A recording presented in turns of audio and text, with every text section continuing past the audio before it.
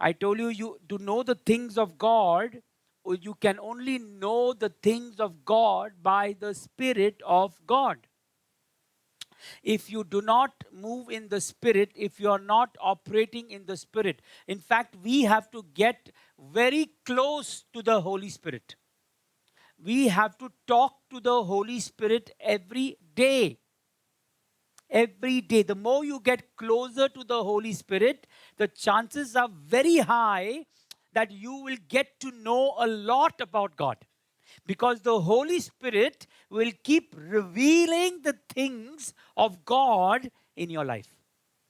When you are focused on the Holy Spirit, if one member of this church is focused on the Holy Spirit for 4-5 hours straight away, and another member of the church is focused on the morning, afternoon, evening, the possibility of that person who's talking to the Holy Spirit for 4-5 hours in a day, the possibility is very high that he will get to know more about God.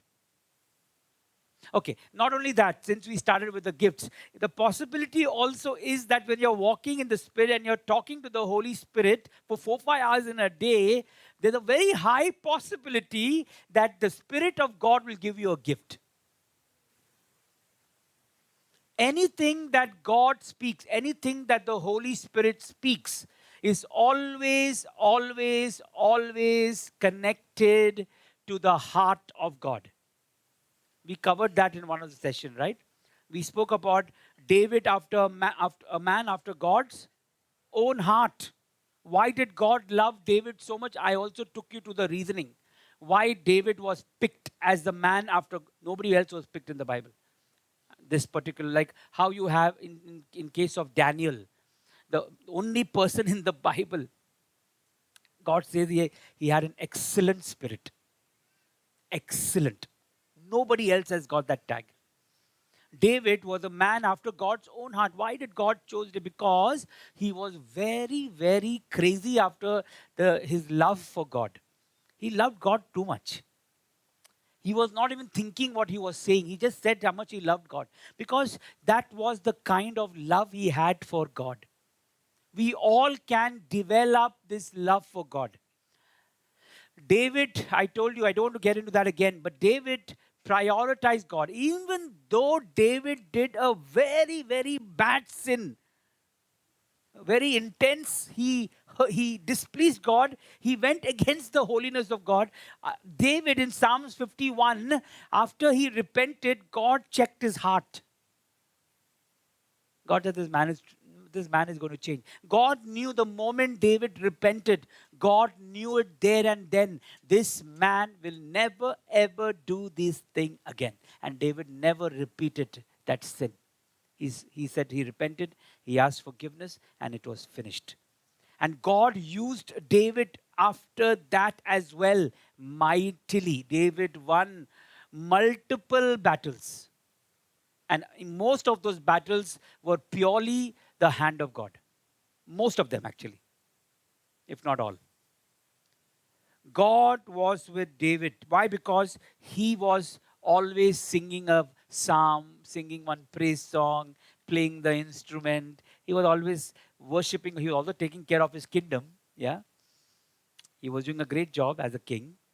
But at the same time, he was doing a greater job serving God. So he knew how to not balance his life, but he knew how to give God more. You don't balance God and anybody else. You got to give God more. If you're spending more time with your wife, how much time you're spending time with your wife, so much time in a day, and little time you're spending with God, that also is bad actually. It's not good. You must give God more time. Give God preference. Husband, wife, parents who are spending more time with your children, but you're not spending any time with God. Think about what you're doing. It's not right. You have to spend time with God. You got to open the Bible and study the Word of God. You got to get up in the morning, sacrifice your sleep. There is no sacrifice if there is no pain. If you are sacrificing something to God, I don't know what you're sacrificing. If you're sacrificing something to God and it's not costing you anything, it's not hurting you, it's not giving you any pain, that is not a sacrifice, church. Hello. That's not a sacrifice. That's not a sacrifice. If you are giving an offering to God, you better have it a sacrifice of offering. Coming to God and accepting God, Lord, I'm going to give away some time, which is very difficult for me. I cannot get up in the morning, but I'm going to do it. I cannot fast, but I'm going to fast. That's how you go. That's how you please God. You don't do that to show your family members. You don't do that to show anybody in the church. It's your personal thing you're doing for God. Only God has to know. Only God is the most relevant person to know. Otherwise, everyone else is not required to know. And you don't have to even tell God. Why? Because God is seeing what you're doing. You don't have to brag about it. God knows it. Why you have to talk about it? You don't have to talk only about it. So give God the best. Do something out of the way. Spend time in this. That's what the Spirit of God will teach you. Focus your thoughts in God's word. Don't focus your thoughts in the television. Don't focus your thoughts in the social media. Don't waste your time. It's a waste of time. Focus your thoughts more in the word of God. Yes, you will say, Pastor, but what about this life? I'm in the flesh, so I'm in this earth. I have to enjoy. No, you don't have. That's not what God's plan is. God has not conceived you in your mother's womb and called you by your name to enjoy this life. I'm sorry, don't ever think like that. God will give you enough for you to be satisfied. Don't get it wrong. But God has not called you to enjoy this planet Earth. I'm saying something very difficult for you to digest. You're not here to enjoy. You're here to do the work of God. Come on. Wake up from your sleep. The more you think about enjoying, you will go in that only direction. Everything in the kingdom of God will seem to be for you very little. Not very important. Because you're enjoying more that side, no? First I want to enjoy. ऐसा नहीं होता है. It is wrong.